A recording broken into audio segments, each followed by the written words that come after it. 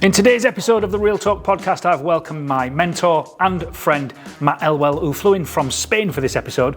He's the director of the Elite Closing Academy, who are based just outside of Birmingham, and he is on a mission to change the way that the world sells to help business owners get quick wins and get more clients. During this episode, we chat about how to take time for yourself when running a successful business, how to improve your coaching and mentoring, and understanding people's money mindset. It's a fantastic episode. Really enjoyed recording it. Hope you enjoy it.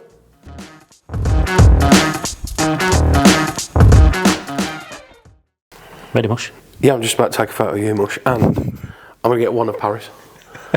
You want to take a picture of me? Mate, thanks for making the journey up to Lincoln from... It's not Carrot Crunchy Land. From your Solihull, aren't you? I've never seen so many fields in all my life. Yeah. It was actually a really nice journey. I enjoyed it. It is a nice drive, isn't it? Would you come A46?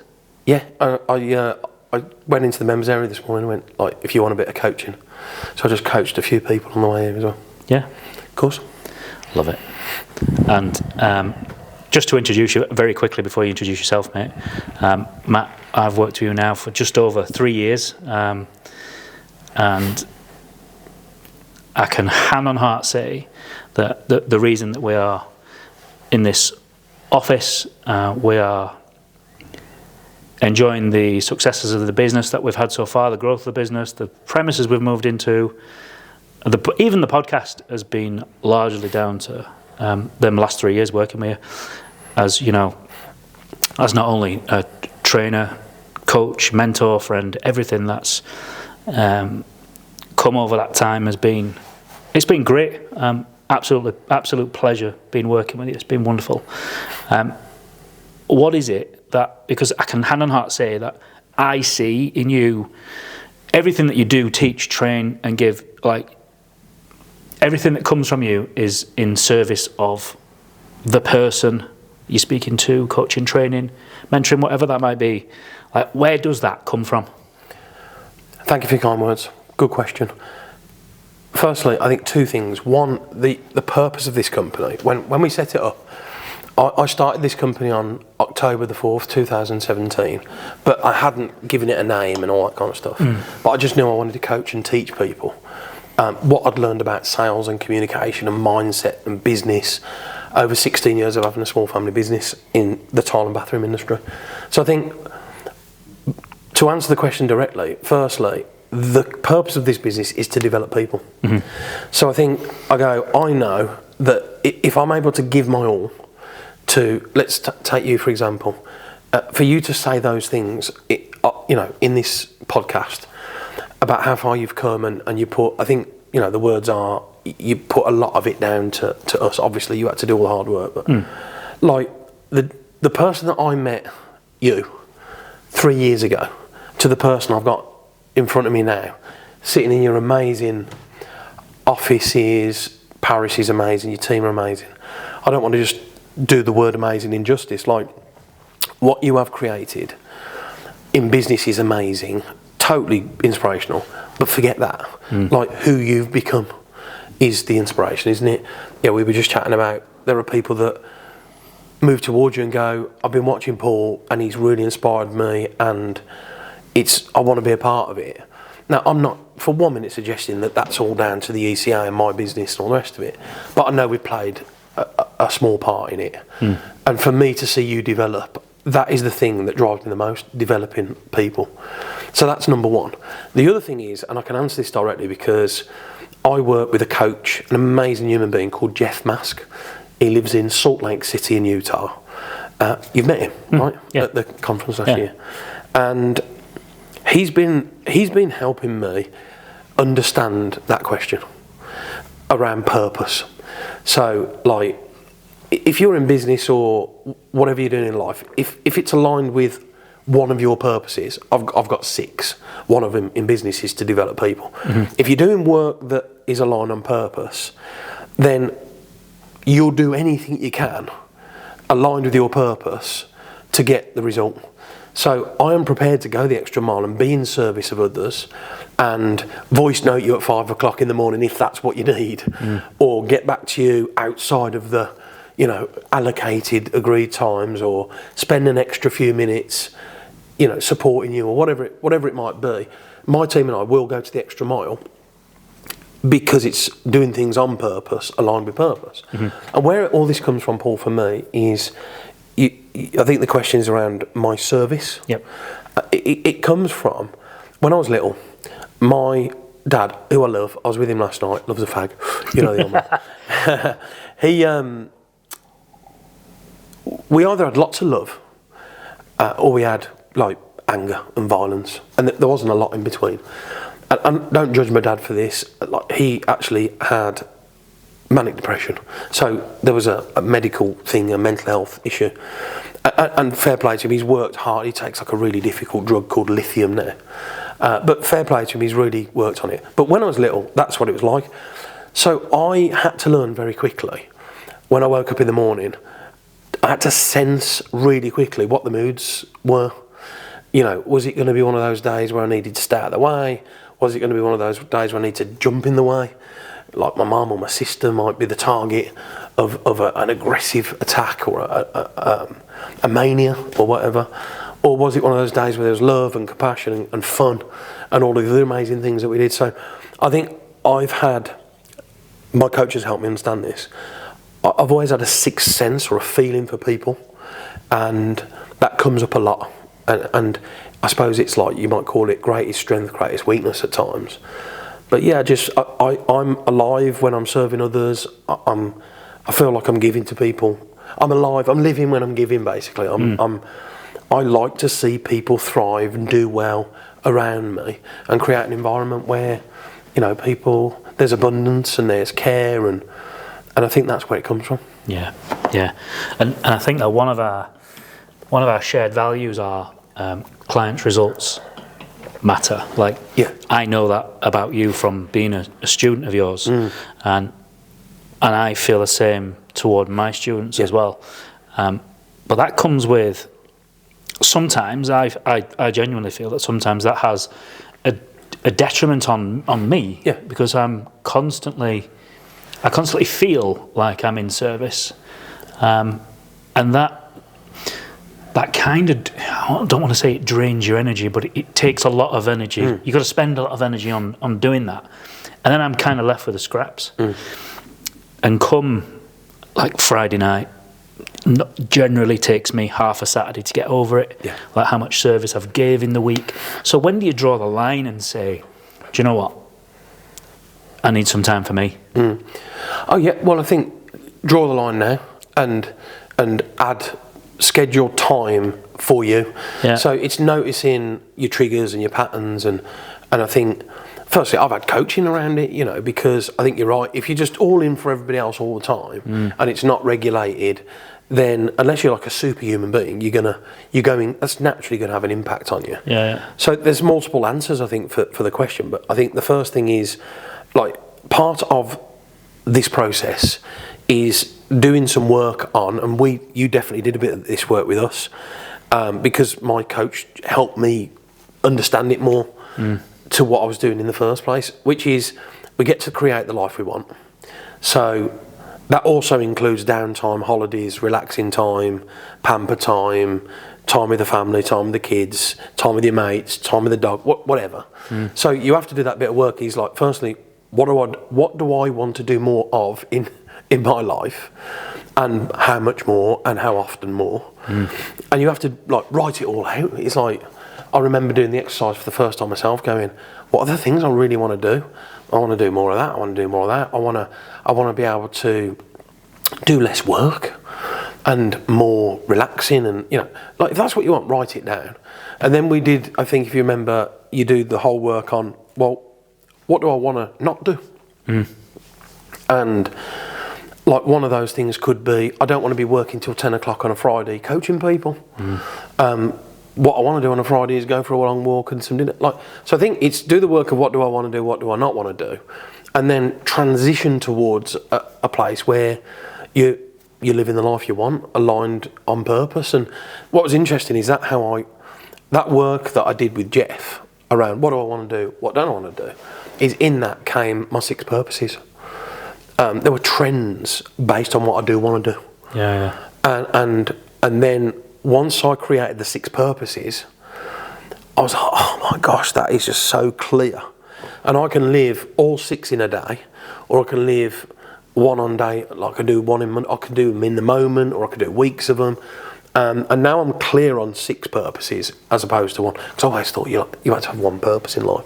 And it's like, that doesn't make a lot of sense actually, does it? You know, you're always going to feel let down if you only got one and you're not doing it. So now I've got 6.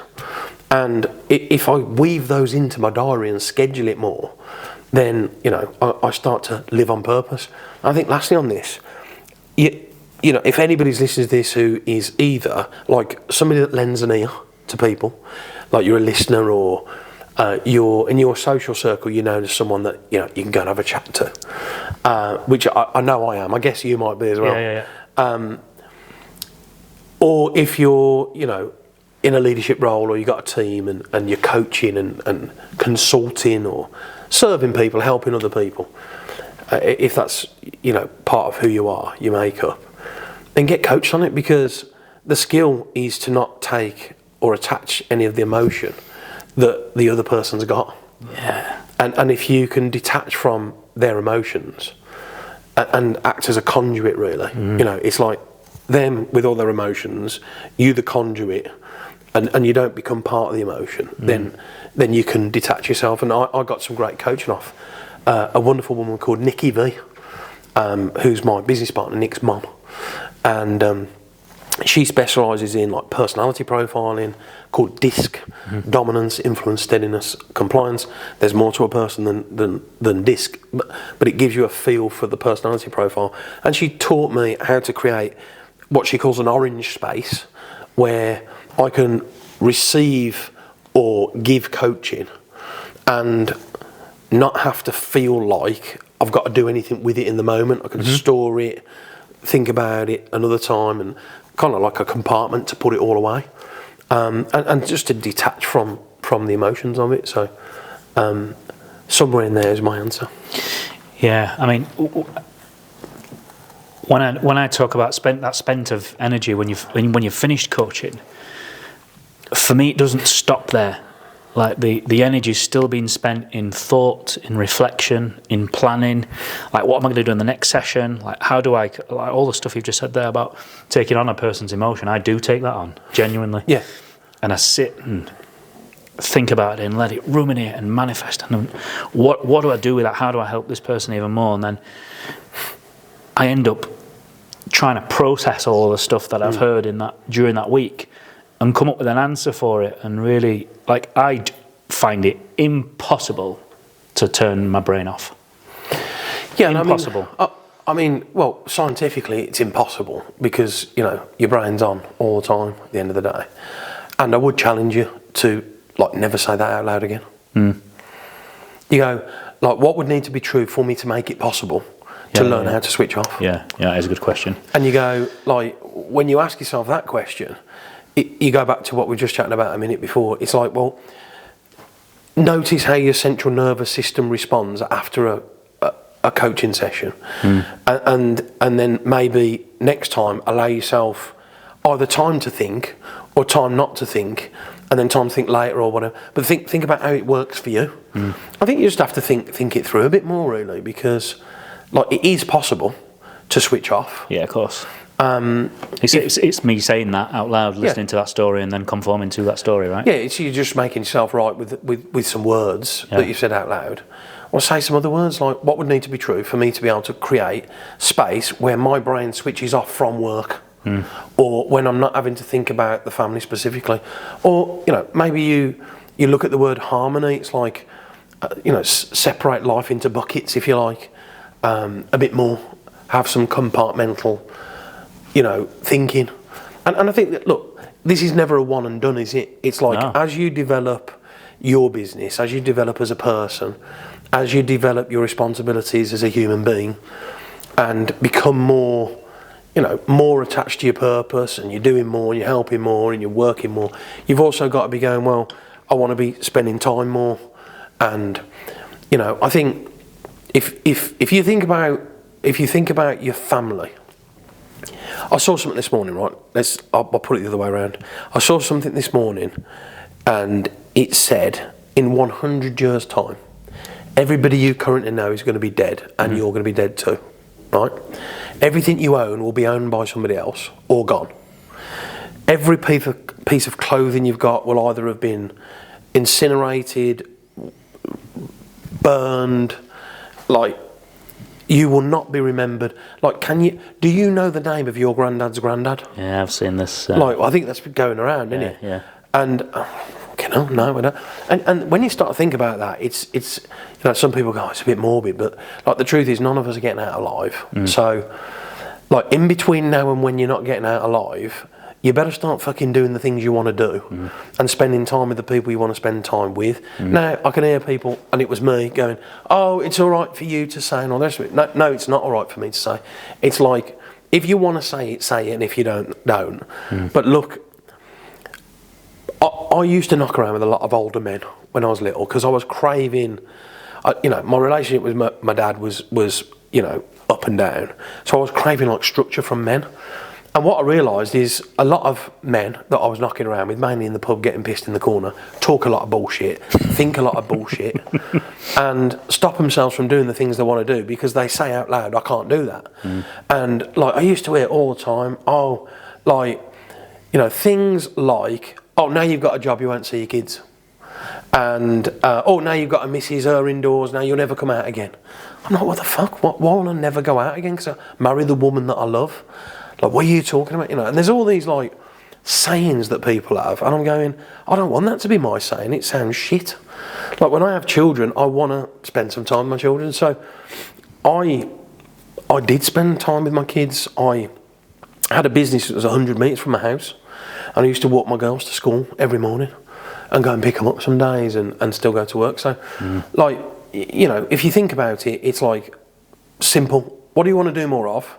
Go and do it. What do you want to do less of? Do less of it. Yeah. And eventually get to a point where, hopefully you're in a position where you're spending much more of your time doing the things you want to do and much less not. Yeah, definitely. It is doable. Yeah. It's, but it's not a one and done. I'm going through it for about the 50th time as we speak. My PA that helps me with organising my time, she's passed on recently. Her mum wasn't very well, so I'm PA-less as we speak because Paris is looking at me funny. And I'm having to do some of this myself. You made it here though, mate. I made it here just about. Can't believe. And you're on time. I rang Paris and I was like, don't worry, I'm coming, it's fine, there's no dramas. But I think... I said to her this morning, Matt is coming today, because I'm pretty sure I've just seen that he's in fucking Spain. And last time you were supposed to come, you was in Germany. I was in Germany, yeah. But I think I'd say don't put too much pressure on anybody listening to this. Don't put too much pressure, but start organising your time a bit more. One of the things that we look at, and again, look, we're miles away from this, and certainly I am too, definitely getting better, improving, is to have a schedule where you're not constantly under time pressure. Because this is the other thing, like, if you keep saying, like, I'm busy, you'll vibe that, and then, like, your customers say I'm busy, or people around you are always late. You just create this environment of sort of time chaos. Yeah, I'm so glad you've brought that up. That's something I have changed in the last couple of weeks. I've stopped filling my diary with stuff. But the counter of that is I'll find myself coming in at the same time still. Yeah. And I'll still get here at 7 a.m. Yeah. And I look in my diary and there's nothing there and I go, well, what am I fucking doing here? And then I feel lazy. What was your dad like? Hard to actually remember. He's been retired for so long. He retired 25 years ago. What's your guess? Work-wise? Regimented, on time. Yeah. Yeah, he was a manager at. He was one of the senior managers at British Steel. Worked there all his life from being 16. Yeah. He's actually a metallurgist by trade, and then worked himself up to being one of the senior managers. When he left, he retired at 50. So he was there for 34 years. And then as a kid, my memory is, and this is a memory, I don't even know if this is true, I rarely saw him. But again, I don't know if that's true, I don't know if that's the mind telling me something, but he would never say that. If I asked him how much time did we spend together as kids, I don't think he would say the same things. Who else could you ask? My mum. Would she... That'd be a really interesting conversation, and I'm going to have it tonight. Yeah, because they're both coming round, and it'll set them off. That's what I love about you. Yeah. But the point is, and this is happening to me now, I've created a business with my business partner where I've got a team in place like you have that has now created space for me to have space. And it feels really weird at first. Weird's actually not a negative word, as you've just pointed out. Yeah. It's new. It's like I've got time because I've put so much hard work into building the company and creating results for other people. And letting go of that has been a process, and involving others, which is a big part of it. So that started to happen, which is great. And still the levels of the training company are really high, which is really cool. We've talked about it. That's going well. So I've started to find that I've got space, and it's like, firstly, there's guilt, which is bizarre, isn't it? Yeah. It's really weird.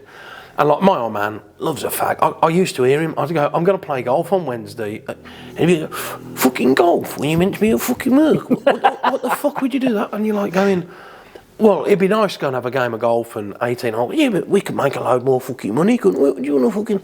And in his world, having some time off to play golf when you could be working just doesn't get it. And that's his world. It's not my world. And it took me years to realise that I can be, you can be, we can be generational chain breakers, where we can break the fucking chain of having to work all fucking day and just retire when you're fucking 65 and all that. It's like, that was then. Like, we don't have to do it like that now. So if we don't want to, or if that's you and you want to do it, jog the fuck on. I'm out. Yeah. You know, I'm good. I want another world. So I think the first thing is to sort of dig into the guilt a little bit and realise you can break the chain, and if somebody, one of your guardians or whatever, it's interesting. The moment you get a bit more time, the first thing you start getting is, oh, it's all right for you now. Not flying again, are you? Yeah. Call that work. Yeah. No, actually, I'll call it flying. Yeah, in my spare time. Yeah. And, you know, you will get a bit of that from people around you. And, you know, again, it's taken me a long time to realise that the people closest to you don't want what's best for you. No. They just don't. Yeah, that's a really... They want what's best for them. Have you got the same social circle today as what you had 10 years ago? No, me neither. No. And I think probably the same as you. I was more social than I am now, but I'm a social animal, for sure. I love people, love being around people. I could go back to all of those social spaces and pick it up where I left off, for sure. Do you think they'd love that? Seeing you come back? Possibly. Yeah. I mean, I went back to one of my rugby clubs that I used to coach recently, and I'd made friends for life. It's a great club in Solihull, Birmingham, called Solihull, and I was head coach when I was 22. I fractured my spine playing rugby when I was 22, so I had to give up. But I became a coach, and I was a young coach, coaching older men than me, you know. And we just had such a great time, and that's really when I got into leadership, proper leadership. And I went back there a few months ago, and honestly, I went home and I said to Kerry, I was like, it was really emotional, because the way I was treated was, it's interesting. Sometimes when you give, like you mentioned, I'm definitely somebody who, you know, I like to, if you're in my family, I'm all over you like a squid on a diver's mask. Jelly on a plate, you know, you're one of my people and I'm going to love you. And sometimes you do have a needy moment and you're like, oh, you know, I'm putting all the hard work in and don't get it back, which is very needy. I went back to Seals, and honestly, the love I got was just so humbling. And people could remember, because of course I was in a position of authority. To me, I wasn't an authority. I was a 22-year-old lad who'd got a fractured spine, who was just doing his best, you know, to coach blokes who were better than and older than him, and I was kind of just winging it, really. But to them, there were moments where the coach said this or the coach did that, and it's quite an eye-opener for me, actually. And some of the guys I'm like the same age as that I was coaching, and they're coming towards the end of their careers, and they're like, if it wasn't for you, I would never have done this in my career, and I've done this, I've done that. That was all amazing. But then in the bar afterwards, just some of the genuine hugs, and sadly one or two people are not there anymore, and talking about, you know, old friends and people who were in the first team when I was head coach that are sadly passed. And that was really, really nice to have just known that you'd made a little bit of an impact on a big club that's even 20 years later is something you're remembered for. And what they all talked about, Paul, which is funny, is culture. They all said the standards that you set us back then, we still talk about and hold ourselves to now. And by the way, they're so much better than when I was there now as well. They're like 3 or 4 leagues above, and they are just so much better. So I'm not comparing apples for apples, but they never remembered a single coaching session I did. They never remembered a line-out move. They didn't remember any of that. They just remembered the culture that the club had. It was like, everybody trained when you were head coach. No one had ever done that before. I used to, if you didn't fucking train, you couldn't play. And they're like, yeah, but he's the best player. I don't give a fuck. Yeah. Like, that attitude has got us to, like, nowhere. So you've either got to be all in or all out, and I'm good with either. And they just remembered standards, culture, mindset. The team actually played in my image, so it was very much like organised defence, really fast attack, like catch them while they're not looking, kind of thing, and play to our strengths, you know. So yeah, that was really humbling experience. Yeah, I love the direction this conversation is going in. You're bringing me to you're triggering lots and lots of thoughts in me, in people you coach and people that you train, you bring through your program, and being like we are with, like, we want people to win. Their results matter. Yeah. And one of the most frustrating things for me, and I'm sure you feel the same, is someone comes on a training, or they come on a session to be coached. You give them everything that you could possibly give them. You get your fucking guts out, and there's the guts. Go fucking do that. And they don't implement it. Yeah. And that is the number one frustration I have as a coach, and as a leader. Giving people the tools to go do it, and then they don't do it. Why do you think that is? Well, I think it's not on them, it's on you. You've got to look at yourself. Really? Yeah. Oh, for sure. Interesting. Yeah, because I think if you do a one-size-fits-all as a trainer, you're destined to fail. Because, like, you know, my sense is, having got to know you, whenever I gave you my guts and all, you'd respond with guts and all. I wouldn't do that to Paris. Yeah. Because if I give Paris guts and all when she's been in my training centre, it's not hers. Yeah, she's switching off. Yeah. It's like, no. So I think firstly you've got to look at yourself as a deliverer or a trainer, which I'm constantly doing, because I'm going, well, hang on, some people are going to naturally enjoy my personality, but there are going to be some people who need the result but don't like my personality style. And you have to accept that you can't possibly keep everybody happy. So I think it start with the spotlight on what you did to create the lack of implementation. Go there first. Then look at, you know, are you creating overwhelm as a trainer? Are you giving too much information? You know, I always think like a baby starling chick. Like, I study birds, as you know, or a blackbird chick or something like that. If you look at like little blackbird chick, right, when it's born, it's naked, it can't see. It literally can't do anything except shit, wee, and open its mouth. That's it. Like, it can't do anything else. And for about 3 months, the parents are non-stop, back and forth, and they don't stop. Like, during sunlight, they're at non-stop. And they're feeding little spiders' legs and a little bit of caterpillar arm, and, you know, they're doing all the things they can. And then about 90 days later, it progresses and fledges and flies off, and it's uncool.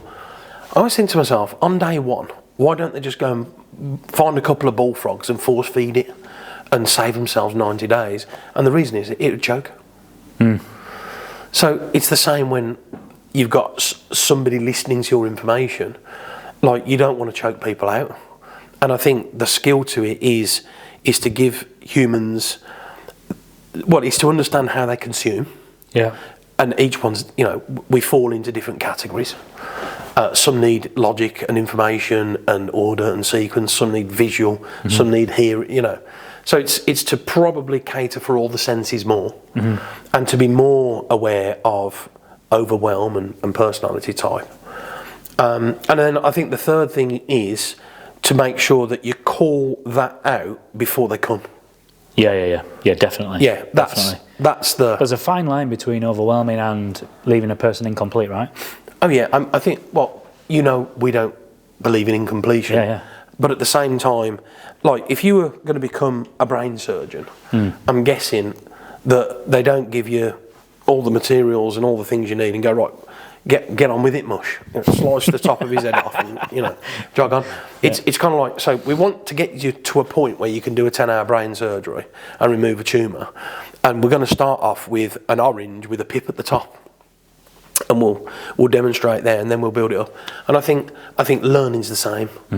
Also, again, for anybody that's watching this, if you study any easy to access literature around the way we learn and the way the brain works, all the rest of it, like essentially what I've found out over the years, and particularly recently, is that with these things like computer screens and computer phones and all this kind of stuff, it's here all the time. Our brain has had to learn to delete, but it actually can't. So, my understanding really is that it has to be able to take all the information available to it in to keep you safe, which is its main job. So you go in. So the brain just could get everything that it needs all the time. It's taking photos, pictures, senses, feelings, memories. Like it's so amazing and complex. So it's doing all that. And then it's got all this vast amount of information, and it then has to go, right, which parts of these are actually relevant now? And nearly all of it's not. So then the only way it could work is it has to essentially delete like all the files it doesn't need, like on Mogadon Superpower, straight away. But then it's got to store all that information somewhere. So all the information is stored somewhere, like in memory or whatever. And then if you do need something from within your memory under attack or under pressure, you could just get it. So it's sort of essentially deleting everything. And implementation actually it's a bullshit word really, because you go, no, like can you implement everything that your brain's taking in? Well, no, of course you can't, because it's too much information. So I think if you want people to take action, you've got to learn to take complexity and sort of label it up in an easy way for them to remember and understand. A good way to do that is stories. Look at the story about the baby blackbird chick. Like you can take that complexity and think about a little chick and choking and at night, and it all makes sense. So you're taking something really complex with a simple story and it makes sense. So, I think in all of that, there's probably my answer. Love it. Yeah. That's actually really, really deep. And I'm looking forward to actually listening back to the first one. I haven't listened back to any of these yet, but I'm going to listen back to that. That was good. Interestingly, mate, we haven't spoke anything to do with sales and that being your business. Teaching people to make more sales, make more profit from their business, and we've largely spoke about personal development in the main, and how we think and how we operate and function at a psychological level. Like, if you was to say 0 being unimportant and 10 being is the most important thing that you need to develop and work on in your business, where would you put that personal development and why? Well, I think, everything in business is a leadership thing. Yeah. And I think if you're a solo entrepreneur or, a leader, even within a big organisation or whatever it might be, like, let's face it, it's all what's going on inside, isn't it? It's like you can have the best product and service in the world, but if you're an arsehole, it's going to have a negative impact on growth and impact and scaling and also just like the human experience. It's like if your people skills or your emotional intelligence is low, then it's not a good experience to be around. So I think number one is the question is like, well, if you're the reason why your business isn't growing, then you've got to work on you. And it's like... Do you think people are able to take the personal responsibility for that, though? Or do you think people generally, when they're being unsuccessful, they blame everything else? I do. Not very well. I'm getting better at it. But for years, like, I didn't realise I was the problem. Oh, me too. Yeah, me too. I hear this from the trades all the time. COVID, market conditions, customers buy the cheapest, no one wants to pay a premium, and all the other fucking absolute bollocks that they all come out with. And it's constant. You know, we've started actually bringing trades into my world. I never used to work with them before because I had a story about them. And I only ever worked with property developers. And since I started inviting the trades into the room, I've been really, really pleasantly surprised at the response. I didn't think I would get that. Because there's a hunger to grow? Or? Yeah. But my story I told myself prior to me inviting them was wrong. Yeah, so what belief were you trying to make yourself right on? So my previous story was trades don't value themselves, they don't invest in themselves. So what was your reason for wanting that to be true? Good question. I think I told myself that when I first started teaching, and a tradesman once said it to me on site, and I've took that story, made it real, and put it across the entire industry. And that's why I'd go back to what you were just saying there, when you know they come in with all the bollocks that they say, but to them it's not bollocks. Oh yes, that's the problem. The fact. Yeah. They're living that belief to be true, and this is why, like, you know, one of the things that I always do around mindset. If anybody's working with us, the first thing I do is go, let's check in and do a bit of mindset hygiene. Like, so let's have a look at what do you actually believe to be true at the moment. And that's normally quite a big moment, isn't it? That was the one question you asked me, and you made me stand up in front of everybody and get on the fucking microphone. And I was dying inside when you did it. That's it, That's why I invested in your programme. That's it. What did you say now? It was something about all customers buy the cheapest. It's different for the construction industry. I think, didn't I call you a tight northern bastard or something? You did, yeah. And you said, can you just I don't believe that to be true. I've got loads of mates in the northern. Can you just get up on the microphone and repeat that? And I had to fucking get on. I thought, no way. And by the way, we walk across the other side of the room. I got on the mic and I said, it's different for the construction industry. Everybody gets 3 quotes and they all buy the cheapest. And you said to me, do you know what you said to me? Can you remember? What are their names? Where do they live? You said, can I have the phone number? Yeah. And I went, whose phone number? And you went, everybody's. And I didn't have an answer. I was like, and you know what? Still today, I use that question still today when I speak to people that give me bullshit stories the same. Oh, I mean, like, you've got to call people out on it. Paris, when you edit this, by the way, like, you're going to have all northern people are fucking tight from me as a quote, so don't kill me on it. She'll make a reel on that bit. You should put that out. You should put that out. Yeah. I don't really mean it, just to be clear. But no, I think, well, what I've always done whenever somebody goes to me, well, you know, you don't understand, because people in our industry, and I go, oh, let me stop you. I say, if I was on the moon with an alien, and the alien said to me, so where is the construction industry on planet Earth? Like, where would I be pointing to? Is it in the geographical location? Where's the line? Is it in Lincoln, Birmingham? Is it in the state of New York? Like, where exactly? Point it out to me. And of course, the moment you do this, they start to realise, I've got a belief. At first, they push back on me, and maybe, I think you said you were dying inside. Yeah. At first, you're like, you knobhead. You're looking at me as the knobhead. But then you slowly get that realisation. I've had it 1,000 times. I go, oh, it's me. I'm the problem here. I was thinking something that's not true. And this is the problem in it, if you think about it. If you don't check in on your beliefs, like, what do you really believe and why? Like, here's the problem. And if you start to think about people close to you in your life, and yourself, like yourself as well, you start to think about what you actually believe to be true and why, and then you realise you've nearly never got any logical information to back it up. And that is actually the definition of assumption. If you look at the definition of assumption, I haven't got the dictionary in front of me, but it's something along the lines of something that you believe to be true that cannot be proven or scientifically proven or something like that, or factually proven. So hang on a minute, just stop and think about that just for 1 minute. And then if you were to start to think about what do I believe to be true? What happens if your beliefs are wrong when you've got the facts? Like, then you go, well, hang on a minute. If say you had 100 different beliefs, and let's be kind to ourselves. Imagine 90 of them were right and 10 were wrong. Well, what happens if one of those 10 was catastrophic, wrong belief? Like you go, well, if you're going to live another 50 years, and let's have our business head on, let's imagine that you had a belief that when somebody says they can't afford it, that was true.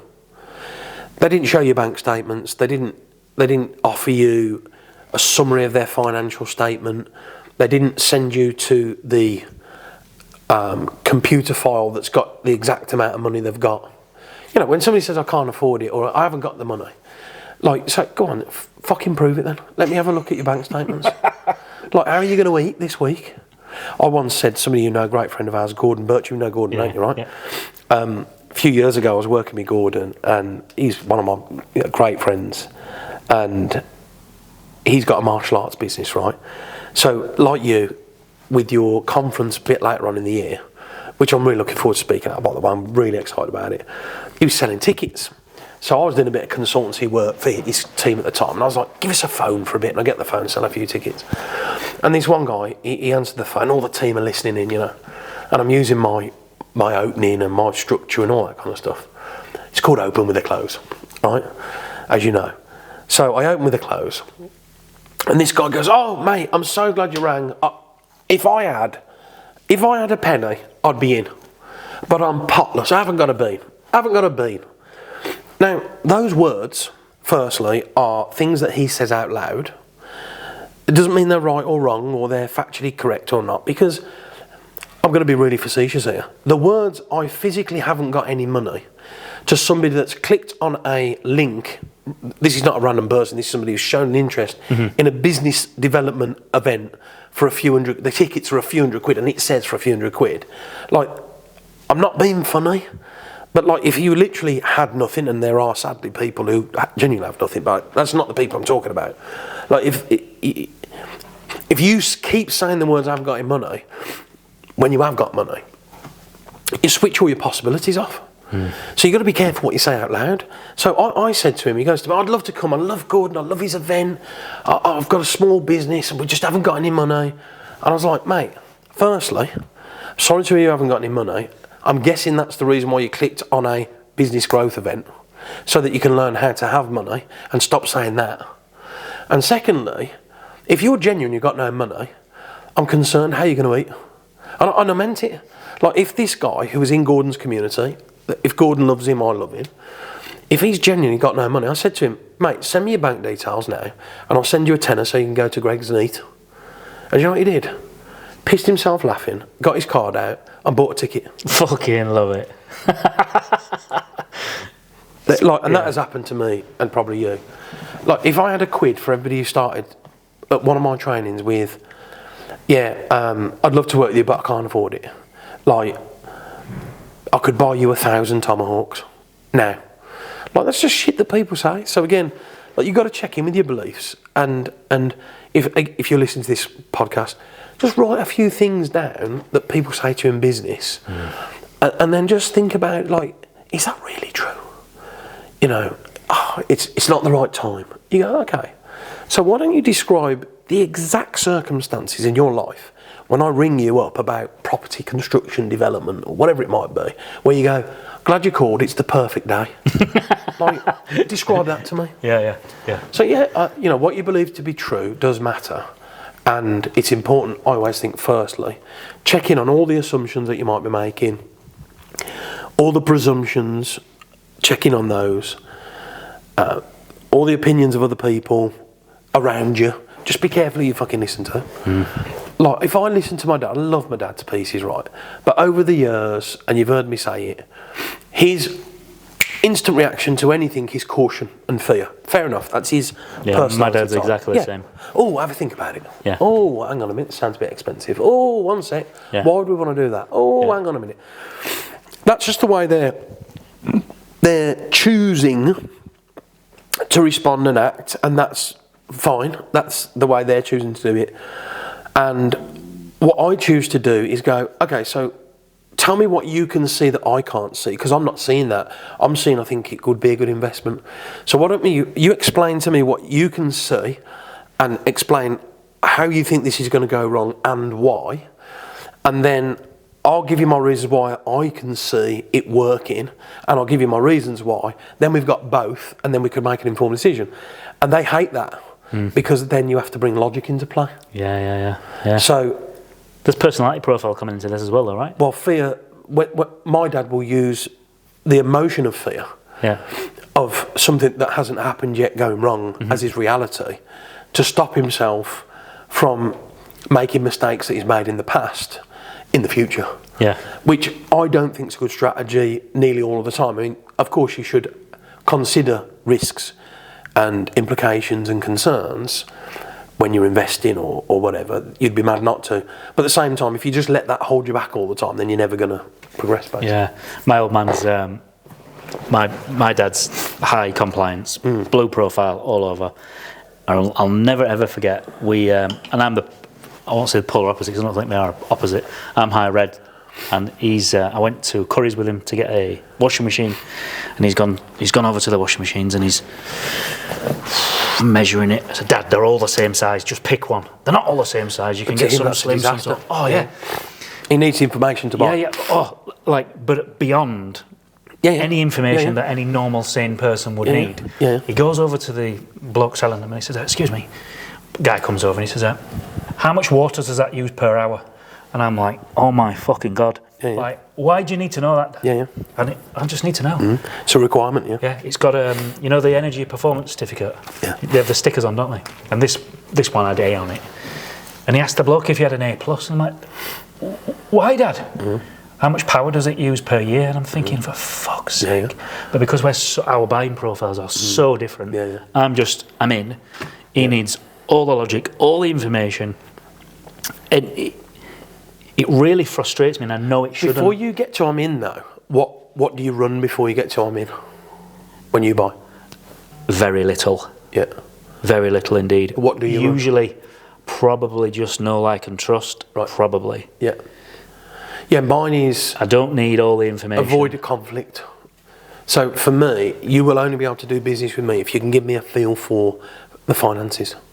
Yeah. I don't want to hold you to it. And by the way, most of the salespeople that I go, how much? I go, give me a feel for it. They don't want to answer it because they overthink why I'm asking it. Yeah.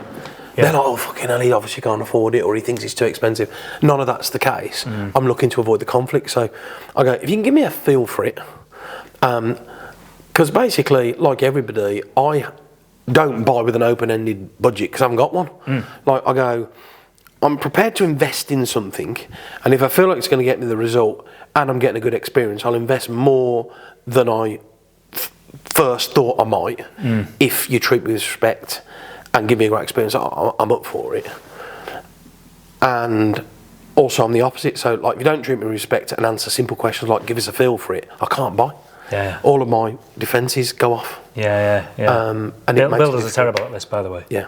When you don't, how much do you think it's going to be? Yeah. Depends. I used to call it the builder's whistle. Yeah. Builder's sigh. Yeah. It's going to be dear, that, mate. But again, that's a lack of skill. Yeah, totally, mate. It's a total lack of a process. Totally.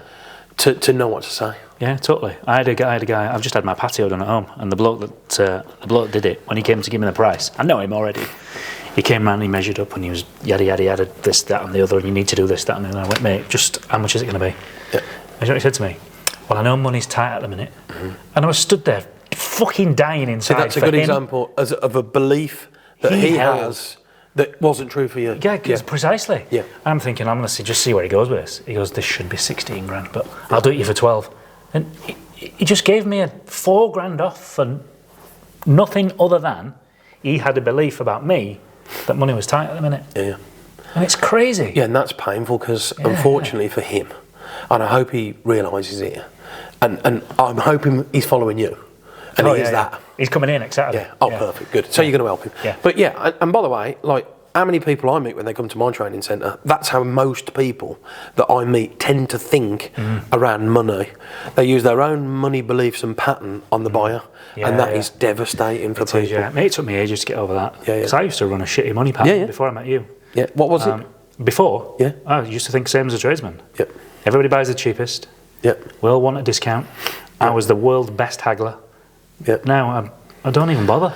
Well, a few weeks ago, I'm looking to dramatically scale the amount of people that I can take, what I've been able to, help you along with online. And up until now, we've really owned the live space and sell a few bits and pieces online and whatever. But I'm wary that that's a real great growth opportunity for the Elite Closing Academy to, spread it much wider. We've got global clients, but we also have global clients that go, we want to buy things off you, and I'm not catering for that at the moment, which is criminal. So I'm looking to put that right, and I'm speaking to a few people and having some sales conversations. So I was on the end of a sales conversation with somebody that I think I'm still going to work with, hopefully. Just haven't quite found the right conditions yet, for a number of different reasons. Anyway, long story short, the quote was double what I'd been led to believe. Like, I was not geared up for it. I thought it was going to be like 25, 30 grand, but it was like 60 odd. And I was just like, well, that, honestly, I don't want to invest that amount of money. That's just more than I actually want to spend right now. That doesn't make sense for me, because I want to do this in phases, and there might be people screaming, don't do it in phases, do it all in one, but that's how I've chosen I want to do it. And the reason is I want to learn it and understand it a bit myself first, and I'm prepared to invest in expertise and time and money and whatever else, but I didn't want to drop 60. It's a lot of dough right now. And I've got other things I'm investing in as well. So it's not one decision alone. There's a lot going on, right? So no one found that out about me. They just gave me this. I'm going to use the word price, right? They gave me this price, and I was like, okay. I didn't say I'm out, because that's not my mindset. I was like, all right. So if it's 60, I need to understand this a bit more, because if I'm going to invest 60, I'm guessing I could get like 10 times that back, and if it can be demonstrated to me that 60 turns into 600, I'm interested. So I actually said, like, I'm going to be honest, that's probably more than I want to spend. And then bang, it went into the pitch, and here's what you don't understand, and just made me wrong. Not in a bad way, by the way. Very professional people, and then they started giving me lots of examples of other people, not me, that had invested 60. I'm like, well, yeah, you haven't given me an example of someone that invested 60 and didn't get it back. You've only given me examples of people that invested 60 and got it back, and I can't prove whether that's true or not anyway. So none of that's actually that helpful for me. So I'm going to leave it for now, and I need to seriously think about it. And then the next day, they halved it. Not from 60 down to 30. It was in another way, which was smart. It was quite smart in the way they structured the deal to make it more achievable by involving somebody else. But ultimately, that would have meant that effectively it was half, and that made my hunch about it being too much real to me, because I was like, there's no way that you'd have done that if you genuinely thought it's worth 60. So up until now, I haven't been able to buy anything, and I actually really want to buy something off them. Yeah. So again, I don't know whether it's money patterns. I don't know. I don't really know. And I don't want to fucking know. I just want to buy it and get the right deal for me, to be honest. But I think it's a good example of when people think about money in an unhealthy way. And when I say people, I mean salespeople, or the person that's responsible for bringing revenue in. If they've got unhelpful money patterns, it actually creates, I don't know the English dictionary well enough. It creates uncertainty in your buyer. But it's worse than that, though, isn't it? Over like, can you imagine if, how old are you now? 48 tomorrow. 48 tomorrow. So am I 48 tomorrow? 48 tomorrow. I am 48, yeah. So that gives you, if you stay fit and healthy, and you are fit and healthy, right? That gives you, I think, 84 is the average age for a bloke, or something. It might be less. Let's say it's 84. I want you to be 184, but let's just say it's 84. Right, so that gives you 58, 68, 78. You should have picked an easier number, mate. 88. And if that had had a pound sign in front of it, you'd have worked that out like that. Don't you worry about that. I've got my fingers and toes out here, right? It gives you like 36 years or whatever it is. I don't fucking care, right? 36 years left. Imagine if you had that broken money mindset that you said you had when you met me 3 years ago for the next 30 years, 25 years left in business or whatever you got. How much money would you miss out on? like money aside, that's a really fucking depressing thought. No, it's not. It's a great thought. It's a great opportunity because it's going to happen. What would I have missed out on? Well, I'd have missed out on the growth of the business. I've doubled my turnover. By how much? Right, okay, great. Year on year. Times that by 25. Fucking hell. Well, the compound effect is unmeasurable. Well, it is measurable, but I'd need a calculator. But give us a feel for it. Millions. 10 million, 20 million, 30 10 million. Madness, isn't it? It's probably more than 10 million. Yeah, it probably is. Because think about all the... If your money mindset's broken, think about... I remember when I bought my first piece of land with my brother, like, we had visionary mindset around money. It was like, here's what we think we can create. Dad was the opposite, which actually worked out quite nicely in the end, because there was a bit of checks and balance and a bit of mitigation of risk and all that healthy stuff, which is what I teach now. It's healthy to do a bit of what if it goes wrong. If we invested and it goes wrong, what would we do? But listen to the words. If we invested and it goes wrong, what would we do? If it invested and it goes right, what could we do then? Not, what's going to go wrong? I'm not going to invest. That was your mindset. How much do you miss out on, not just on that, but on everything? You know, experiences in restaurants. I'll leave it, thanks. How much is a bottle of pop? $3.50. I'll leave it, thanks. I can get a litre at home for £2.25. You went, but you're not fucking at home. You're in a restaurant with your family. What the fuck are you talking about? My old man, I love him to pieces. If I say I'll take you out for a steak, he goes, where? And I go, it doesn't matter. And whatever I say, you're going to hate it.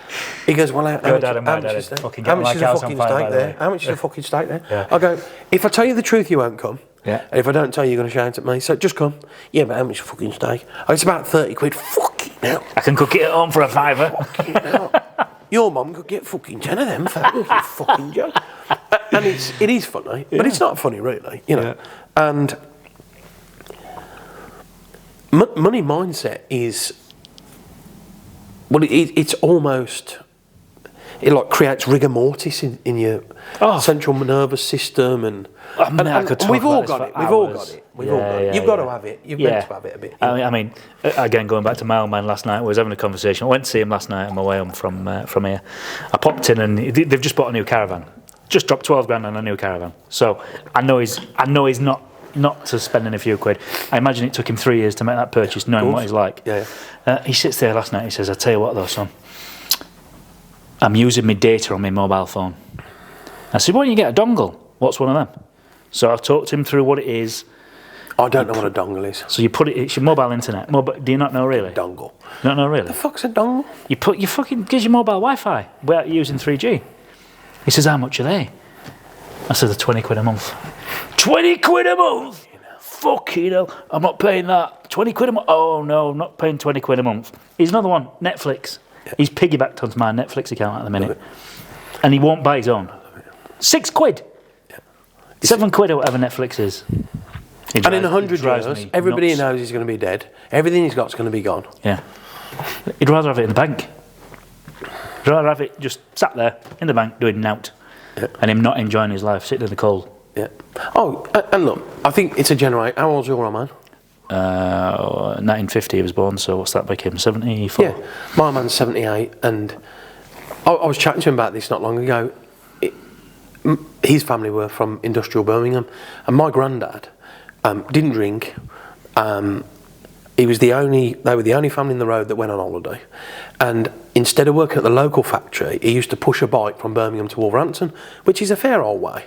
I don't know how long it took him, but it must have took him 3 or 4 hours, I'd imagine. Even in the cold, he used to carry it in the snow. But he worked in Wolverhampton because he could get a bit more pay than everybody else. So Dad came from a hard-working family where everything mattered and everything counted. They weren't wealthy, financially, but they got wealth in community and drive and guts and determination and all that stuff. And I think we're just in a new generation now, aren't we, where and this is why anybody listening to this podcast, I challenge you to challenge your money beliefs, challenge what you think about money. Don't be kamikaze, but like, if you keep fucking saying no to everything, can't afford, it's not the right time, I'll have a think about it, and you've got to notice what you say, and you've got to notice what people around you say. There's a lot of toxicity in the words that we use about money. I was on a business retreat. We just did our first international retreat, I was telling you before the podcast, in Spain. 21 people. And you could see that just the word money. There was a session where we flew an expert in on finances, and the first question was, out loud, who'd like to share how much they earn each year? Like myself included, he actually asked me. Yeah. He looked at me and he said, how much do you earn? Do you want to share it? And because I hadn't got the context, instantly every part of my ego I just like closed up like that, you know. And I was overthinking, and it's just a simple question like, how much money are you earning? So I think we do live in a world where like that is not the kind of question that we used to talk about. Do you think it's the world, or do you think it's British culture? I don't think Americans are like that. From the Americans that I've met. Well, it's a big country. There's 325 million of them. Yeah. So, I don't know. I've never asked them all. But, I would say it's still not socially normal to just tell people what you earn.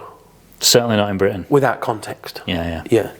But look, the bottom line is, notice what do you think when you're making a purchasing decision. Notice what are your patterns when you're making a purchasing decision. Notice what are the words and phrases and statements that you are using in front of your children. Like Kerry and I at the moment are conscious to teach our children some good money principles about how do you get money working for you a little bit. I was trying to teach Olivia the other day about how the rental works that we've got in our business, and how the other companies pay, and then that money goes towards the people that lent us the money in the first place. And she's like, so you borrowed money off another company? I was like, yeah, they're called the mortgage firm. And she was like, what's a mortgage? And I was like, I'm so glad I was able to do it, because no one explained that to me when I was a kid. Like, what's a mortgage? What's a bridging loan? What's finance? What's an overdraft? So I have been teaching Olivia, my oldest, and the little one, I'm mentioning it a bit to her. But I want my girls, like the only job I've got as a dad, really, with my two girls, is to give them the skills so that they're safe when I'm not there. You know, and I'm going, like, one's 14, one's 10, they're 15 and 11 this year. And they're beautiful girls, you know, and they're growing up in a world where there's porn on the internet. The average age of children watching porn in the UK is 9. Think about that. Oh. And the boys, who are like 13, 14, 15, the porn they watch is really not good porn for your mind, you know, for your mind. It's like violence and all this kind of stuff. And you're going, hang on a minute, like my girls have got to try and navigate some of that shit. So I'm doing everything I can, not just with money, but with men and people and women and girls and experiences. I'm looking to expose them to as many social circles. I take them to the pub. We play Scrabble in the pub. I want them to be around blokes. I want them to see what a good bloke looks like and a bad bloke looks like. And I want them to know a bit about money and investing and all the stuff that no one said to me when I was a kid. And I want to expose them to some of that, you know, and I want them to challenge their beliefs. My eldest daughter came home a few months ago, and I know this might be a bit contentious, and I don't want it to be. That's not why I'm sharing it. I'm just sharing what happened. So she comes home one day, and, you know, like most 13, 14-year-olds, you don't exactly get like a detailed breakdown of what they've been up to all day. It's like, not a lot. You know, what have you been up to today at school? Not a lot. Great. Well, you know, what have you enjoyed? Nothing. It's boring. Okay, brilliant. So if there was one thing that you enjoyed, what was? Nothing. It was shit. Shut up, nerd. What are you asking me that for? But, you know, I'm looking to teach them how to communicate. So I'm leaning a bit. So she said, oh, there was one thing I learned. I said, what was that? She went, Donald Trump is a fascist. I went, fair enough. What's a fascist? She said, dunno. Now, forget whether you like Trump or not. It doesn't really matter. If she'd have said that about anybody, whether they were left or right or central, whatever, it doesn't really matter. I would have asked the same, you know. I'd have gone, well, what's one of them then? And she didn't know. I said, okay. She said, also, I found out that he's a misogynist. I said, okay, what's a misogynist? She said, I don't know. I said, what else have you found out about Donald Trump? She said, he's racist. I said, okay. And what's racism? She said, she gave a definition of racism. And I said, well, I'll tell you what we're going to do is we're going to look those words up. So let's start with fascist. So we got on Google. She was like, you're such a nerd, I don't want to do this. I went, we're fucking doing it, right? this is important. So we have a look at the word fascist, and then it gives a definition. So I said, right, now, what do you know about democracy? She said, I don't really know what it is. I said, well, let's study democracy. I said, because the President of the United States of America, whoever it is what's known as democratically elected. Whether or not you think there was election fraud, I don't really care. The facts are, it's as far as I'm aware, it's a democracy, right? Yeah. The biggest democracy there is, right?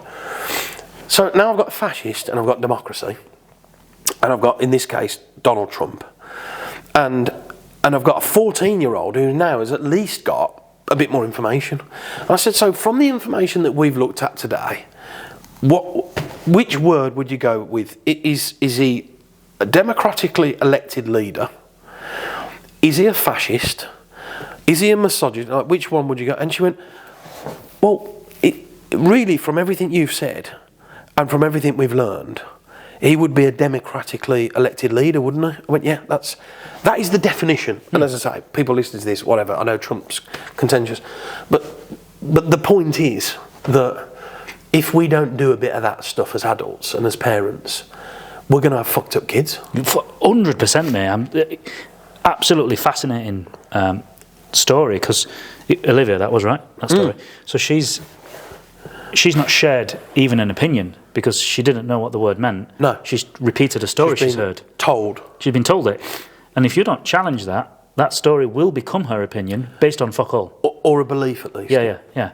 Which is what we've been talking about. Yeah. So what I did, by the way, is Kerry, my wife, and I, we don't see things like politics exactly the same, or we differ and whatever, but we've got alignment on values. So I said to Kez, look, this has happened. It's very rare for me to get my ticker up on stuff like this, because look, I get that there are going to be teachers who have different views, different opinions. That would have happened to me, but I'm still not really looking for any adult, whether it's a teacher or not, to impregnate their view on my child. I don't believe that's their job. I believe their job is to give a view and then look at either side of it and back it up with some facts and science. They don't do that though, do they? Well, I'm having this with my daughter's school. I don't know about they, but I mean, in this case, they didn't. So I said to Kerry, look, I can't let this lie.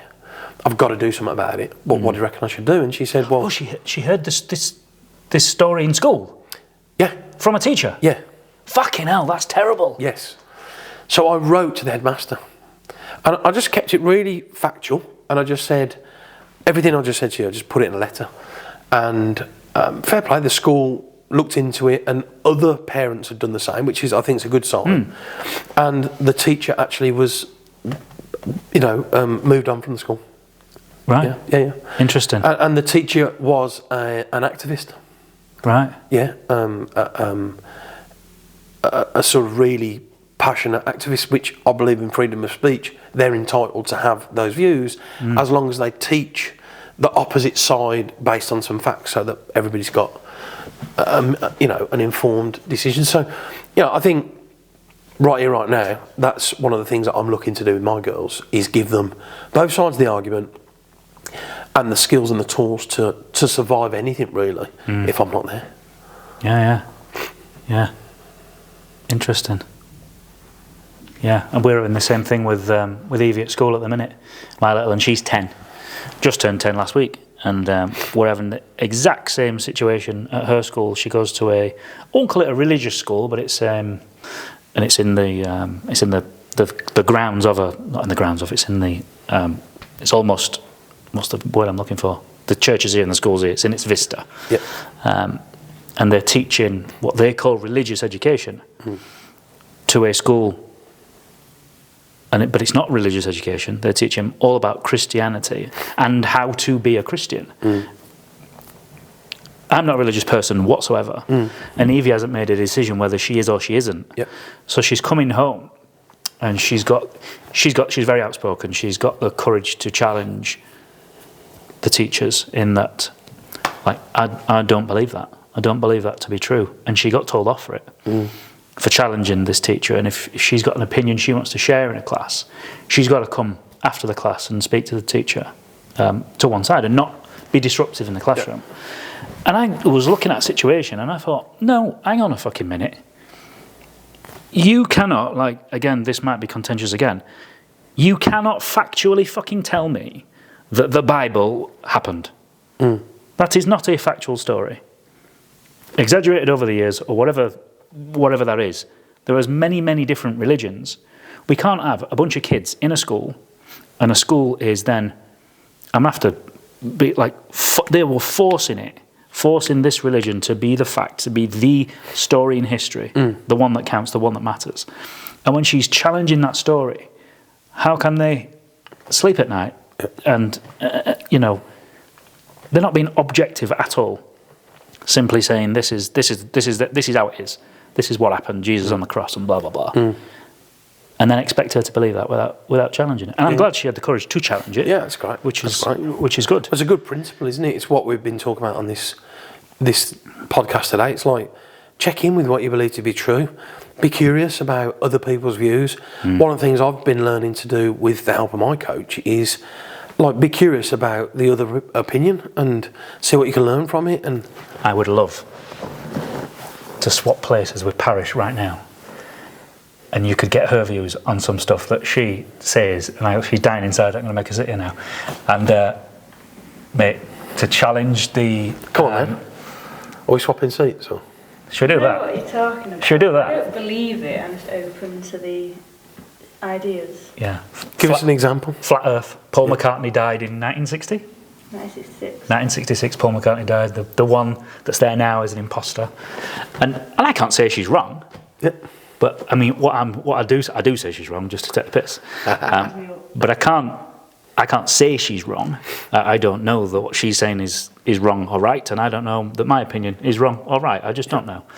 Yeah, and I think what's one of the questions that's really worked for me is, like, I've never seen it like that before. Thank you for sharing. Like, what else can you teach me? My son thinks the government is in charge of the weather. And they keep in Never the weather. seen it like that before. Wonderful. What could you teach me? No, but by the way, if you think about this, right, there are people in your social circle right now who always want to be right. Oh, 100%, yeah. And eventually, 100%. Like, it's either, if you love them enough, you've got to tell them it might be a blind spot for them. Or you just got to fuck them off. Because, like, honestly, I'm done with being around people that have to be right all the time. And I think I used to be one where I've got to be right all the time. It's like, no, like, you got to let some of it go and just see it from other people's point of view. And I think, honestly, at the moment, in the sort of, right now, I study politics, right? I have for years, mainly leaders, and I'm looking for communication, tips off them, what can I learn from the way they communicate.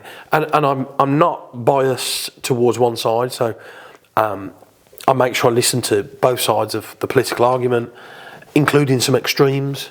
And again, there are people, this is contentious, so I've studied Tommy Robinson's communication. He's the National Front EDL or something. Yeah. I've studied Prime Minister Trudeau. I mean, you couldn't get there, like the other end. Emmanuel Macron, President of France. I mean, if you want to know what a great communicator looks like, the way he steps up to communicate non-verbally and verbally he's got to be on the planet right now.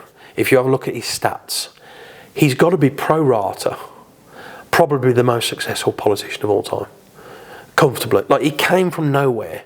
Even now, like, as we speak, the support he's got as president is very low, really, in the grand scheme of things.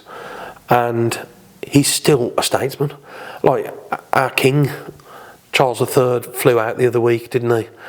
And Macron spoke in French. Our king spoke in French, showed lots of respect. And Macron, the way he dealt with His Majesty the King was amazing, you know. And his posturing and his communication. For a man who's got not that many seats and not that much support, has come from nowhere, there's so much you can learn from the way he speaks, and he sounds like a statesman. He looks like a statesman. You look at the way he uses the camera, and like, he's a pro, absolute pro at communicating on behalf of a nation that is, you know, France is a beautiful big country, but they've got plenty of problems like all countries have. And in that moment, he seems to be able to bring it all together, and that is a real skill. at the moment, probably the most contentious politician in the UK is Farage. But listen, I don't care. If you're able to take the emotions out, if you hate him, right? If you love him, hate him, doesn't really matter. But if you were just looking to learn what you could learn from his communication, you watch how, like, he puts most of the politicians to shame because he can talk and communicate and actually answer a question. Yeah, but I think what I mean by that is, like, I did a study on Nigel Farage this morning because I've been, as you know, I did a presentation that I'd never done before in Spain about complex negotiation, which is something that I teach once you're working closely with me. It's not something I talk about that much for I don't really know why, actually. I think I've probably just led with, like, sales and communication rather than negotiation. Anyway, I thought, well, what can I learn from this particular person today, Farage? And again, what he's brilliant at when he's communicating is making people feel comfortable very quickly, and he does that through tonality. So his tone and his pace and bounce, the way he speaks, is clear. So the first thing that you sense, like him or loathe him, is the immediate sense is he is on top of his opinion, he's on top of his game, he's well read, well rehearsed, he's a pro. You just straight away, you look at him, you go, he's a pro. And by the way, that's why, if you take someone like Theresa May, I studied her communication skills, and, like, naturally she's the opposite of him. Now, who's the best politician out of the two of them? Well, she's got an amazing work ethic, like her all over. Like, you listen to anybody in politics and they've got respect, even if they're on the other side, for Mrs May's drive and whatever. But work ethic and all that. But if you listen to her speak, you'd be like, I want to listen to him, not her. And this, like, communication matters. So like, repetition, clarity, labels, taking complexity and making it simple, and speaking in layman's terms. These things do matter when you're communicating. And then lastly, Trump. You know, again, I know politics really gets people going. Just get rid of the emotion. You've got two opportunities to vote if you're an American citizen. The current President Biden and then the past President Trump. Now, imagine if you were a neutral and you were watching both of them for the first time, and it was a public rally or whatever. Sorry, not sorry. There's only one communicator that would capture your interest. That's just a fact, as far as I can see. As someone who studies body language and communication styles, and like the current president, who's, we know, is a bit old and whatever else, fine, but actually just the way he speaks, and it doesn't. It's a different experience the way Trump speaks.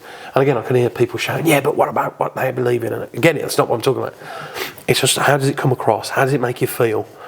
And, you know, I think communication does matter. And I think, you know, the way we phrase our words and statements, the way we hold ourselves. Like, if me and you were like this now, you know, the way we hold ourselves and straight away, it's like, that was horrible. Yeah. So, you know, these things matter. Yeah, they do. They do. Mate, tell me, before we sign off, what is next for you? What's the big mammoth task that you're working towards? Yeah, I mean, it's very simple goal, actually, is to have the biggest training and communication company on the planet. And, like, I've got real clarity around what that looks like. What I don't have clarity is how I'm going to do it yet. But the vision is very clear. And, you know, I think... I thought we were going to fucking sign off there, but you've just opened another can now. Vision first. Yeah. How second. Yeah. Always. Yeah. Which is more important? Vision. Yeah, 100%. Yeah, I mean, the thing is, if you can see something in the future that doesn't exist... Yeah. And you can picture it, then in the now, while you're alive, you can move towards that. You've got something to aim at, something to create. And I think... Is the how, is that a figure it out as you go? Like, if anyone listening to this, like, they sit there, maybe someone sat here today listening to this and thinking, I want to build this business. No matter what that looks like, that could be a 10 grand business, it could be a 10 million, 10 billion, 10 trillion pound business. that becomes the goal. Where did you get the how from? Well, I think firstly, I would be tempted not to think about the annual revenue or the 10 million or the 20 million. I'd be visualising the sort of, I hate this word, bullshit word, impact. I'll be thinking about the impact of it. So I can picture right now having what I've got in Birmingham, but bigger, in different countries around the world, and involving other people, other cultures. Basically, taking my framework and philosophy and picking it up and putting it somewhere else. Now, so the revenue's immaterial. Yeah, but I'm already getting into the how a little bit by thinking about how I'm going to do it. Go into the thinking about here's how I could do it. I go no.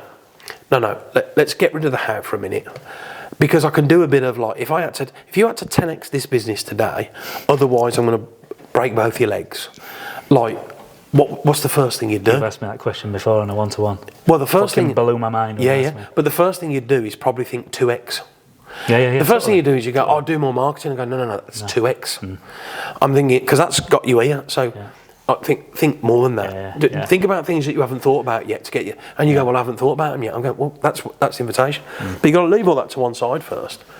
It's the vision of what you want to create first. And let me give you an example of this, right? This is the best example I think I've got that could help people that are listening. So my brother Marcus and my dad Phil and me, when we bought a piece of derelict land. So we used to rent 3 old cow sheds out. It was about 30 grand a year, I think. This is back in 2000. So we're paying somebody else's mortgage. And out of those 3 old barns, we sold tiles and bathrooms. It was a bit like an Aladdin's cave. And that worked really well for us for 3 or 4 years, and we doubled in size. We did really well, actually. We really did well. And we used our own money to invest in the roof and the displays, and a bit like you've done here, lights and all that amazing stuff. And then we hit a bit of a ceiling. And we were operating from about 1,800 square feet and turning over $750,000, maybe a bit more, something like that. Can't remember exactly. So we find this derelict piece of land. We buy it for I think it was like 252,000. And this was in the days where we only put 25 grand down of our own money. That's the only bit of money that came out of our business account back then. I don't think it works as much, that you have to bigger deposits and that. 25%, I suppose, yeah. But then it was 10%, so it's 25 grand or whatever it was. Can't remember the exact numbers, but it was something like that. So we put that down. And bearing in mind, we're still thinking with an 1,800 square foot 2-story showroom. Excuse me. We're still thinking small and we're thinking big, thinking small. So we buy this old garage, and the footprint of it was about 2.5. No, it's about 2,000 square feet. So it was a bit bigger. It was a bit like an L shape, and it was one of those old classics. On the right hand side was the car wash with the big things that go round. It was one of them. And then there was this sort of long where you go in and pay, and there's oil on the left hand side and Mars bars in the middle, and it was like one of them. So our vision then was, we'll keep the building and we'll just put a glass front on it, and we'll just sell from that. But the only difference is we'll own the land, and so we'll do about the same turnover and everything else, but we'll own it. So that's how small thinking was. So I remember thinking to myself at the time, I wonder who do we know at the moment. Me and my brother were chatting, like, who do we know that is already doing like property investing and stuff that might help us a little bit. And there was a great guy, an Indian guy in Birmingham, good friend of my dad's, actually bought a lot of stuff off us over the years. He lent me his DB9 the day I got married, his Aston Martin. Which was brilliant. He said, here's the rules. You can drive it, but if you break it, you pay. I was like, okay, I think I'll just leave it here. Yeah. And he said, and that goes for it. He said, all your mates are going to want to drive it. Yeah. And the answer is yes. If you break it, you pay. Those are the rules. Bend it, you buy it. That's what my dad says. Bend it, you buy it. Love it. So anyway, he left me a bottle of champagne. He was great. So whatever. So anyway, so this guy, lovely man, nice lad, he goes, what are you thinking then for this thing, this building that you bought? And we told him, he went, no, what are you talking about? Do not do that. I was like, okay, tell me more. What should I do? And he said, look, I want you boys to apply for the fucking biggest thing you've ever, like, don't worry about how big you think. Just go to an architect and say, make the biggest building. He said, I want the walls of this building to be like 1 millimetre from the fence. And I went, well, no one's going to let us do that. And he went, I want the fucking building to fill the whole land. It's got to be like massive. And that was when it dawned on me. Because I could visualise it. It was 1/4 of an acre, this land, right? And he said, I want the building that you apply for to be whatever 1 millimetre under 1/4 of an acre is, so it fills everything up, right? Go for that. And then I had this vision of this massive thing in the thing. And then, of course, I was like, well, how am I going to fit it? He went, don't worry about that for now. Just imagine it as big as it was. And then Marcus and I immediately attached onto vision. We're both visionary people anyway. And we both started to co-create this vision of a 2-story thing that was big and much bigger than that. And then we started to get into, right, now we want to put that. Like, how would we do it? And what about this? And then we got into the how. But what I tend to find, Paul, and I know you'll have seen this, you'll have done it yourself, I've certainly done it. If you overthink how you're going to do it, the things in the future that you think about that are not real can be the things that stop you from doing it in the moment that is real. Yeah, totally. So when we go into the future, I always say, if you're in your head, you're dead. And if you're in your heart, you're smart. So heart-centered means being visionary on purpose. Like, I'm going to co-create a big, massive vision, and then I'm going to find a way of turning that vision into a reality so that lots of positive things happen. That's one trail. The other trail is, you'll never fucking build that on there. No chance. You'll never get planning. Not a fucking chance. But the point was, we were never going to get planning. But if the planners see it that big, they can knock it down to something that's really big. But if you start that small and they knock it down, you end up with something that's even smaller. Yeah. And that was a game changer in my life, that was. That was an absolute game changer. And that's when I started to realise that open your mind to possibilities in the future that doesn't exist yet is actually daily bread that's required. So many of us constantly switch our dreams off and, oh, I won't be able to do that because it's too expensive, or I won't be able to do that because it's not possible, or you won't be able to build a 6,000 square foot 2-story showroom on that land because you'll never get planning. Like, that's what people were saying, but it didn't matter because Marcus and I created the vision. So it didn't matter what others said. We had planted a vision in our brain, and then guess what? Go and fucking create it. Yeah. And we had to do everything you can imagine. We had to finish it with our own hands. We had to lay brick. We had to fucking paint walls. We had to sell things that we should never have sold to create revenue to buy for things that we didn't realise we needed. Is this a new topic? Yeah, like selling things you shouldn't. What like? No, I mean, like, we doing business with people where, you know, no one had got any money. You know, but we found a way of creating an offer that was irresistible for them. It's like, you know what, things are tight, but fuck it, I'll have it. Like, we created the vision, and once the vision was planted, it was like, now how do we fucking get there? And the way we got through the recession of 08, 09, 10 was because we were multi-six figures in debt, investment debt, and attached to making a vision work.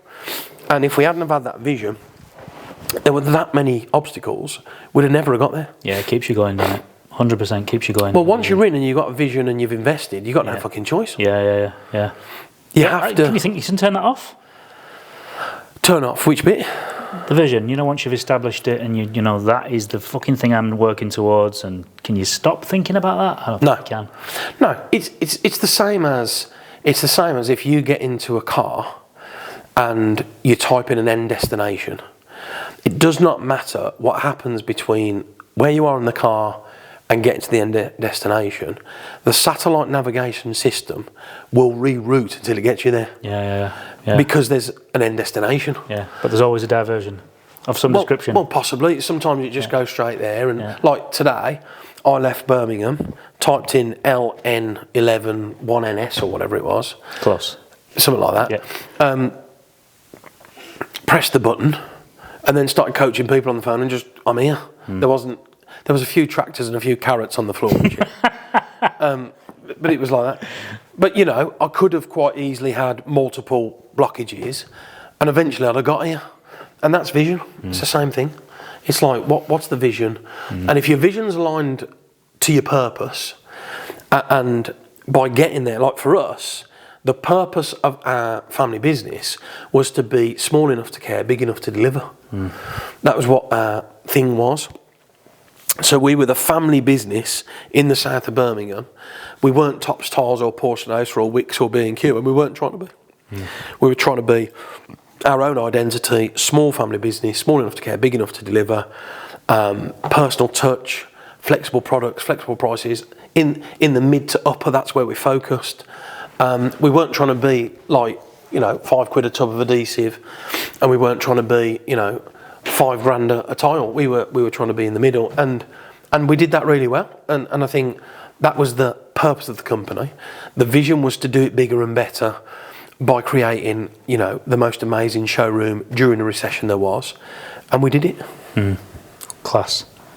Mate, I can't wait to hear you speak at the conference in November. I'm looking forward to it, man. Dropping bombs on all them people. And thanks again for sponsoring the event. Massively appreciated. I didn't know I had. Didn't you? Jack did it. Brilliant. all I know is that when, and I do want to say this out loud actually, I think if I could look at anybody that's worked with me or invested with me, often there are sort of guiding principles or traits, if you like. The most successful students that I've ever had have certain things in common, and you've got all of them in common. But I think the one, other than drive and determination and all of those things that you need, like you didn't miss sessions and you implemented, took action, blah, blah, blah, blah, all of that lovely stuff. But it's alignment on values. Is the big thing, and like your values are on the wall over there, and you know, as a company we were just talking about them, like they do develop, but you are aligned on values, and I think the thing I'm enjoying most with our relationship and how it's developing at the moment is how collaborative you've been. And I've actually done over the last few months a really poor job of following that relationship up, with no excuses at all, and it's something when we get off air I want to talk to you about. But the point is, the way you're being collaborative right now, it's a mindset of abundance. It's watching other people around you grow and being good to assist and facilitate that. And I think, you know, when Jack said to me briefly about Paul Tinker's got this amazing conference coming up, there's an opportunity to sponsor it. These are the kind of numbers, you know, there's going to be a few hundred people there and all this kind of stuff. I was like, if that means some of our money goes back into Paul's business and that we can support and collaborate, on the event, I'm in. Yeah, it's good. It's good, mate. Massively appreciate it. My pleasure. And thanks for coming all the way up from Solihull. Thank you. Finish on a cough. I'm dying here. And we're going to come down and see you. Well, I'll talk to you off air when we've... we better be off air when you finish down. Excuse me. I'd love some water, that'd be great. I love that. Is that the universal sign for water? No. I've been holding that cough back until the end. No, appreciate it, mate. Thanks for coming. Thanks for sticking around till the end. All the social handles from both of us are below. I'll see you in the next one.